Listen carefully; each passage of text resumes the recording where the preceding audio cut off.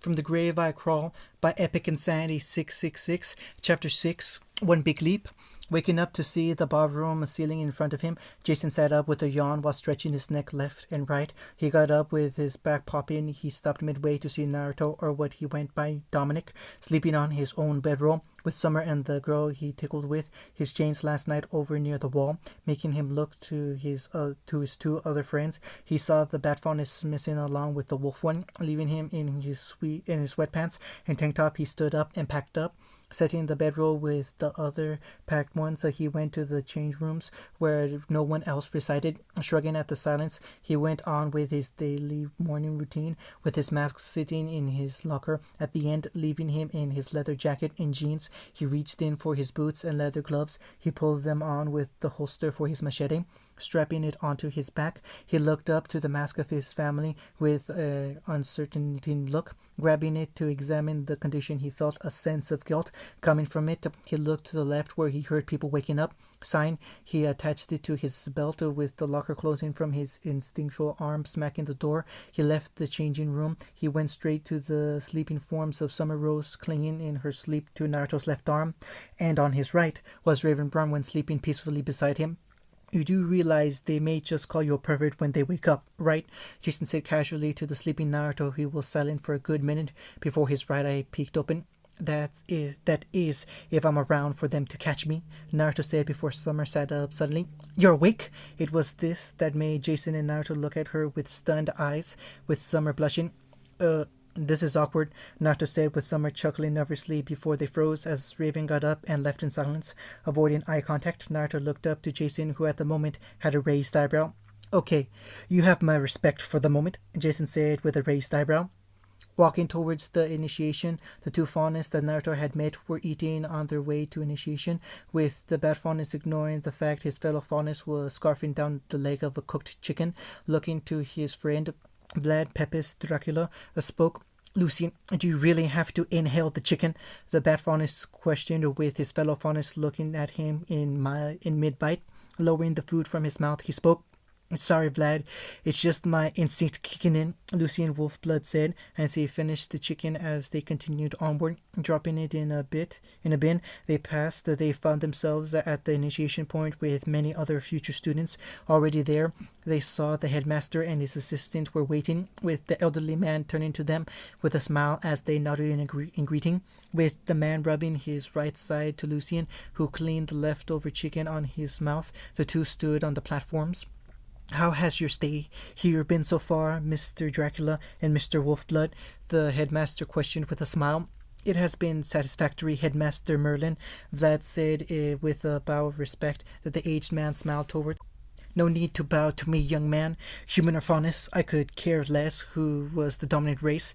You're all equal to me and my teachings, Merlin said with Lucian smiling thankfully, before they, along with the other future students, turned to the sound of running. Turning, they saw Naruto, Jason, Summer, and Raven running to them, with Jason and Raven panting while Naruto and Summer high-fived. We made it, Summer said, with Jason being used by Raven to keep herself standing.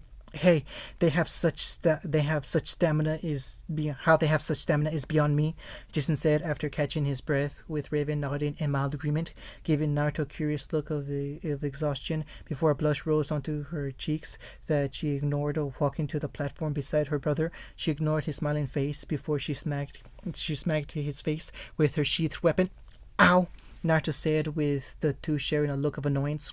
Sorry, Naruto called out to the girl, who cleared her throat as her blush returned, with Summer following. Jason just shook his head while face palming. Is that everyone, or are we waiting for more? Headmaster Merlin questioned, with no one speaking, allowing him to let out a deep chuckle. He spoke loudly. Huntsmen, huntresses, for in the stories told to you by your elders and parents, the life of a huntsman and huntress is not all light and victory. You have come here to protect not only this kingdom, but the very essence of future generations to come, and all will rest upon your shoulders. You are here to train and hone your skills to be your strongest, to uphold your duties as protectors of human and faunus alike. With this force here, there will be a relic. All of you will be placed into teams, with the first being you seen, though Be warned, the grim in there will not hesitate to devour you, so do not fear of holding back and show your strength. Upon gaining a relic, you will make your way to the kingdom ruins. Good luck, and be ready for the changing of your lives, Merlin said with Naruto frowning as he had a flashback to the forest of death. He shook his head of the stray memory. He looked to the forest with Kurama wrapping around his neck. He perked up at hearing gears being used before one of the students to his left was sent flying into the air by the metal platform below them. Looking to his own feet, Naruto looked to the headmaster with a smile of excitement. Placing his hands together, he inhaled slowly to keep himself calm before he spoke. You are by far the coolest headmaster I've ever known, Naruto said with Merlin chuckling, with his assistant rolling his eyes with a knowing smile. I try my best in my old age, Merlin said as Naruto got into a running stance, with Jason chuckling as he placed the mask over his face, showing his body shimmering slightly. With the most subtle of movements, he watched Naruto get sent into the air, with the blonde cheering. He's an odd one, don't you think, Aspen? Merlin questioned his assistant, who turned to look after the blonde as he ascended into the sky. Indeed, Merlin, Aspen said as the other students were sent flying. I also must congratulate you with the launchpad idea. Quite evil as well, Merlin said as Aspen looked away with a smile only Naruto would be able to muster. Watching the forest below him moving by, Naruto had a pair of goggles over his eyes. As he began to descend into the forest, summoning his chains, Naruto shot them out like a web as he went into 3 levels. It was thanks to his pain-resilient body that his back hadn't given out by the sudden stop of his descent, but the aching was still apparent as he landed in a crouch. Summoning Lion's Rage from his scroll, Naruto made sure it was loaded and battle-ready before rushing towards the castle in the forest. Landing on what could have been a stone boulder, Jason let out a grunt as he tore his right fist from the destroyed stone. He looked to his hand while flexing the fingers before he looked at his surroundings. Scanning the area, he turned to a direction and went forwards, his hands ready to reach for his machete in case. With him walking forward, he failed to see the elongated hand reach for the stone, showing a mutated human hand with black veins reaching down the fingers into claws that carved the stone into smaller pieces. Leaping over a fallen tree, Naruto kept running towards where he had hoped was the right way. He slid to a stop behind a fallen tree at the sound of a roaring grim. Aiming his weapon at his surroundings, Naruto frowned before he kept going onward. It was this moment he heard the roar again. At his right, turning his head, he slammed right into a wall of fur and muscle. Groaning at the impact, Naruto looked up expecting someone else. He was instead shown the sight of a sleeping Goliath that was starting to wake up from Naruto hitting it. Turning its head to Naruto, it let out a grumble as Naruto stood up.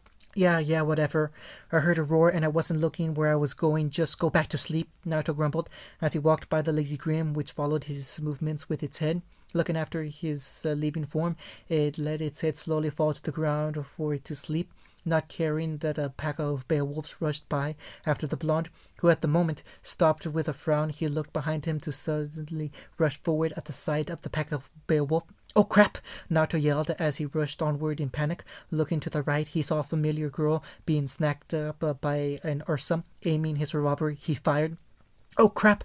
Looking up to the shot of panic in the distance, Raven Bronwyn narrowed her eyes as she grabbed her weapon's hilt. She heard the slightest of sounds behind her. She turned with her weapon ready to be drawn until she stopped herself at the sight of a Skydian Summer, who looked at her awkwardly. Does this make us partners? Summer questioned with Raven sighing. Releasing her grip of her weapons, she decided to show a bit of emotion and smiled, knowing that her brother probably had a worse partner than her right now. It was this moment she heard a gunshot in the distance. Turning, she looked up to see an Ursa about to attack her until its head was shot off by the sudden gunshot. Watching the Grim fall dead, she looked up to see Naruto run by with a pack of Beowulf chasing him. You owe me! Naruto yelled out as he ran away with the Beowulf still giving chase. Watching the last of the Beowulf chase the blonde, Summer stood beside Raven, who blinked in thought before she spoke. Was that dumb? Summer questioned with Raven nodding. It appears so, Raven said with a voice of confusion. End of chapter 6. From the Grave I Crawl by Epic Insanity 666, chapter 7, Big Brawl in the Forest. Still running from the howling and snarling the Beowulf pack, Naruto aimed behind him and fired every so often to keep the Beowulf from lunging at him. He turned and lashed out with his chakra chain shooting out and giving the bitch slap equivalent of a hit to one of the lunging Beowulf, who heard the sickening crack of a neck being broken as he continued running. With one of them When one of them got close to him, it backhanded him to the right. With Naruto adjusting his landing, he held two revolvers, Lion Rage in his right and his very own on his left. The trickster, unlike his many other forged weapons, this one had a random element selecting function, which allowed each shot to be a different element, a masterpiece the many smiths of academies wished to create themselves if it were possible. Pulling back the hammer of both revolvers, the Grim were held back by the barrage of bullets. Naruto stopped abruptly as Lion's Rage ran out of ammo, along with the trickster. Looking to his guns and to the recovering Beowulf, the Alpha snarled as it got up, showing its left eye soaked, smoking from a firing round. "Oh, bye!" Naruto yelled as he ran once more, sealing Trickster and reloading Lion's Rage. He ducked on instinct to avoid the second backhand the Alpha attempted to strike him with. Jumping, Naruto turned mid-air with both his knees kicking the Alpha's face to act as a springboard. Catapulting Naruto further ahead, he looked down to see he sent himself off of a cliff to more foliage below. Throwing his arms wildly, Naruto summoned a chakra chain to shoot to the cliffside. He swung to the ground safely with a roll. Looking up, he saw the Alpha snarling before it howled and dropped down, making Naruto groan. He ran onward with the Alpha gaining on him. He saw Jason wave a hand. The blonde saw the plan that took the form of a readied machete. Running towards Jason, hiding spot, he ducked into a slide with the Alpha halfway to biting his head off, if not for the machete skewing it through the throat.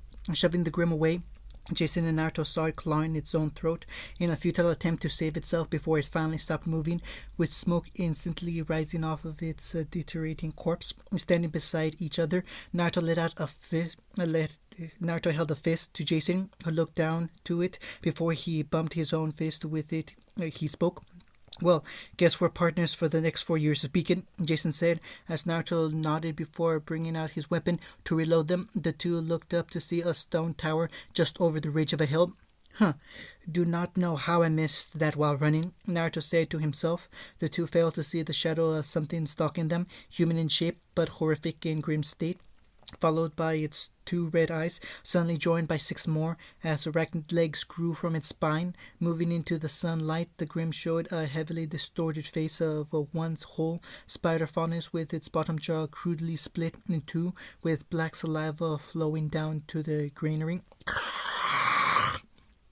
Walking through the foliage in expert silence, Vlad looked to the scenery in calmness as he walked by a set of small red eyes in a tree, his weapon slung on his shoulders. He stopped with his left eye twitching towards a small squeak in the air. He frowned at recognizing the sound of one of the rare neutral Grim remnant had. Looking up, he saw a Bat Grim hanging upside down on one of the really shaded trees. He inhaled calmly before hearing the sound of a heartbeat.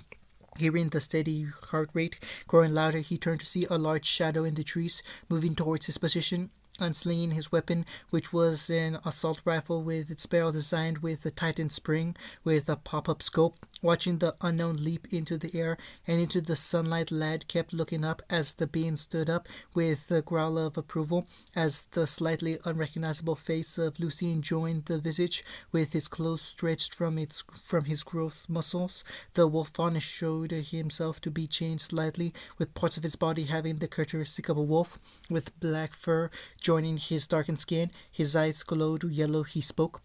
"Told you I'd find you," Lucien said with an accent in his voice. "Yeah, you said that, Lucien, but from what I can hear, you got the attention of a nearby pack of Beowulf. If we move, then they'll miss us," Vlad said as he began to walk away with the philanthropic Lucien. Letting out a whimper, he followed his fellow faunus towards the stone tower in the distance. Ducking under the many foliage, Jason had followed Naruto through the forest with the inkling of paranoia of being followed, a feeling Naruto had as well. Once they heard the eerie clicking of mandibles, they pushed onward each time with a renewed speed to get to a clearing, which is what they walked out to, with Jason shivering at the sight of whatever had made those noises. He looked forward to the tower to see 2 girls trying to open the door. Walking after Naruto, he raised a hand in greeting towards Summer and Raven. "Summer, Raven, good to see you both here," Jason said, with the 2 girls turning to the duo, with Raven looking away from Naruto, who gave out a small chuckle. Hey, Dominic, Jason, do any of you know how to open the doors? Summer questioned, with Jason giving Naruto a look as he walked to the doors. Running a hand on the right door, he frowned as he felt weight on the other side. Either the headmaster is testing us or some ass hat decided to block the doors from inside. From inside. And the fact the windows are large enough for someone to squeeze through says my theory is logical, Naruto said as he channeled the Kurama's chakra into his right leg. He lifted said leg up and kicked forward, shattering the door into splinters. It showed a chiseled boulder in front of the doors. Once I find whoever did that, I'm going to break their arms, Raven growled as she walked by Naruto, who stepped aside. You and me both, Naruto said as they stepped inside to see many of the pedestals broken along with the relics. Only a few remained and many missing. Looking to Raven, who looked at the chess piece relics. Picking one up with a tilt of her head, Naruto spoke. I take it you've noticed it too. The relics taken are also missing the second set, Naruto said as Summer walked in with curiosity as Jason stood at the doorway. Indeed, Raven said as she held the relic to Summer, who took it thankfully. It was this moment the two others arrived. Looking, Naruto and Jason recognized Crow, but his partner was an enigma. Standing beside Crow with a look of annoyance, he had blonde hair with two strands sticking up on top with a pair of blue eyes that matched Naruto's, and he wore brown cargo pants with a dark brown belt, black shoes, an orange bandana on his left arm, and a brown leather vest over a tan dress shirt with the right sleeve cuff up. For armor, he wears a metal splatter, leather vambrace, and a brown fingerless glove, all on his right arm. Crow, what did you do to the poor guy? Naruto questioned the male Bronwyn, who had the face of a goldfish that made Raven giggle, making her clear her throat in embarrassment, while the poor sod sighed. His left eye pugged out slightly. He didn't do anything. I literally ran for my life when a pack of Beowulf chased me towards him. Then they leave us alone and went after something else that got the Alpha's attention. Why is he looking at me like that? The kid said as he noticed Naruto's right eye twitch in fury at him. It was this moment Jason spoke. When we grouped up, he was being chased by a pack of Beowulf, and judging by when you reloaded, you took the pack out. Oh yeah, then the Alpha started to chase after me. Heck, it jumped off a cliff after me, Naruto yelled in exaggeration, with the blonde sweat dropping. Anyway, Taiyang Xiaolong, the second blonde, introduced himself, with Naruto grabbing his hand and shaking it. Uzumaki Naruto, but I go by Dominic Grave for my adopted family, Naruto said with Crow and Raven looking at him. Your real name's Naruto? Raven questioned with Summer hemming in thought before she shrugged.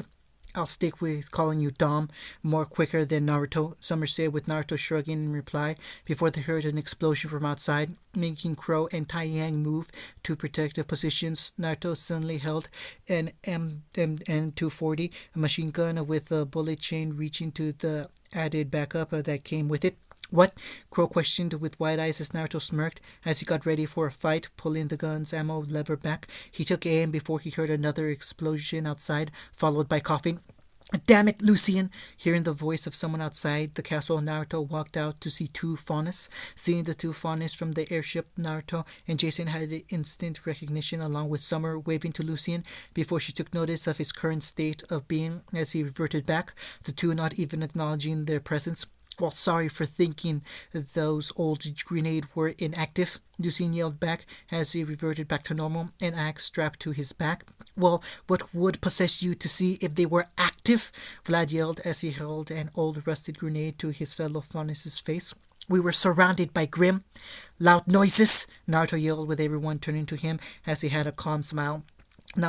Now that we have your attention, what the hell happened? Naruto questioned with the two Faunus sharing a look before Vlad spoke. We found old rusted grenades and thought that we'd bring them for souvenirs, along with the cache of old loot smuggled, probably brought in without the school knowing, and then we ran into a pack of Beowulf on our way out of the loot place, and then someone decided to see if the grenades worked by lifting up a boulder and placing it on top of the freaking pile of grenades and using them as a catapult, Vlad said as he stared at his fellow Faunus with slight irritation, making Lucian rub the back of his neck awkwardly.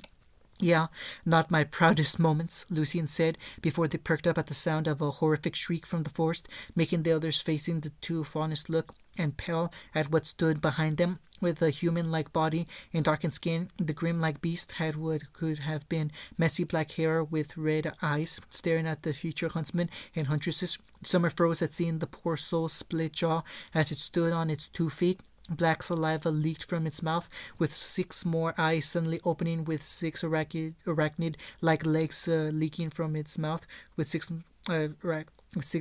arachnid-like legs sprouting from its back as it slouched forward, letting out a clicking sound, with Naruto aiming his LMG with a look of determination, while the mutated creature looked directly at him, letting out a hiss. "Feast! I must feast!" The Grim roared as it charged at the group of students, with Naruto instantly firing his LMG, with the creature roaring in anguish as it reared its head back, letting out a shriek of a roar. It jerked its head at Naruto, who ducked in time to avoid the web ball aimed for him, with Summer moving, but Raven not so lucky due to her right ankle being caught. Making her scowl, she looked to the beast to see it shoot a string of web at her, if not for Jason tackling her out of the web trap, flipping onto his feet with his mask glowing with his eyes.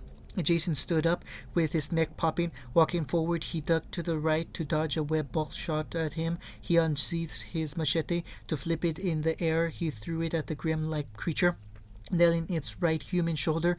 It roared as Crow fired his weapon shotgun mode as he ran around it, with Taeyang following suit. Summer rushed forward to attack its human legs. She looked up to see one of the spider's legs about to impale her, if not for Naruto's chakra chain forcing it to miss. Looking at the scene before them, Lucian and Vlad looked to one another, with Lucian grabbing his axe and running towards the creature, with Vlad pulling out his sniper. Firing at one of the eyes, the creature let out a scream of agony, with the huntsmen and huntresses in training feeling a chill run down their spine.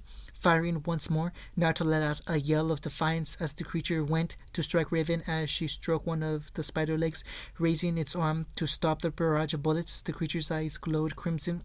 "Can't stop. Must serve. What queen? Taste their bones!" The creature roared before its head jerked to Naruto, who flinched as a string of web clung to his chest, making Raven turn and try to free him until he was flung into the distance, leaving the huntsman and huntress to the new species of Grim as it let out a roar that evolved into rapid clickings. Crashing through a tree with the force of a fired bullet, Naruto slammed back first into a rock with a gasp of pain, escaping his lungs as he slid to the ground, coughing up air to breathe clear. Naruto looked up to see himself in some kind of hunting ground with a lot of webs, with a few animal carcasses shrouded in web. Naruto got up to hold his side with a wince, feeling it softly. He winced at the feeling of a healing rib, letting out a hiss at the sound of the bone popping into place. Naruto looked around before he noticed some fresh corpses in the distance, corpses that belonged to the other students that were hoping to join with them. Clenching his fist in anger to the hopeful's early demise, he scowled, with Kurama's chakra rising off of him. He inhaled calmly as he approached one, flipping the poor solid onto his back. Naruto noticed an object fall out of its grip. A chess piece? Thinking of how one of the people got a chess piece, he looked to the other corpses to actually notice the fresh wounds littering their bodies. Narrowing his eyes, Kurama spoke. "It seems these poor souls were the one who blocked the entrance.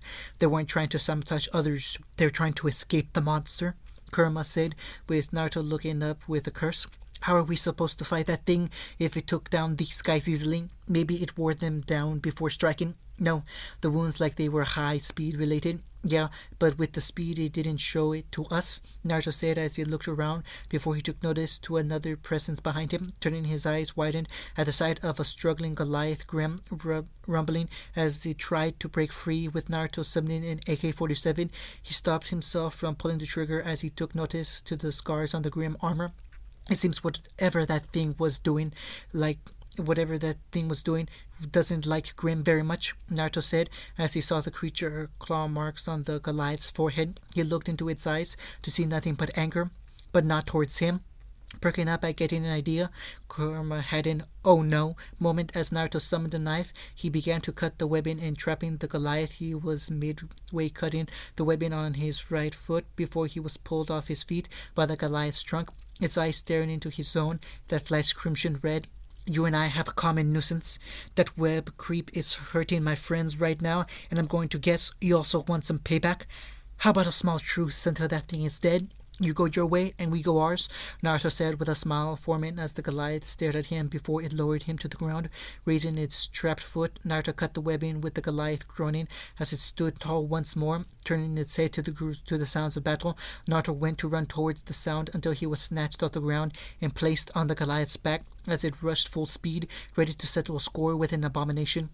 Hold it on for dear life. Kurama appeared beside him. How did this work? Don't know, don't care. It works, Naruto yelled as they broke free from the foliage to see the others fighting the grim monster with a struggle, with Crow and Taiyang trapped by webbings, with Summer trying to help free them. The Goliath focused more on whatever had invaded its territory, letting out a roar of anger. The Goliath elder charged forward, with Naruto using his chakra chains as a set of reins to help keep himself steady. Round 2, ya freak! Naruto yelled in triumph. Looking for the source of the voice, the creature was tackled into the tower by the Goliath, with Naruto firing his AK with vengeance. Back up is here, bitch. End of chapter 7.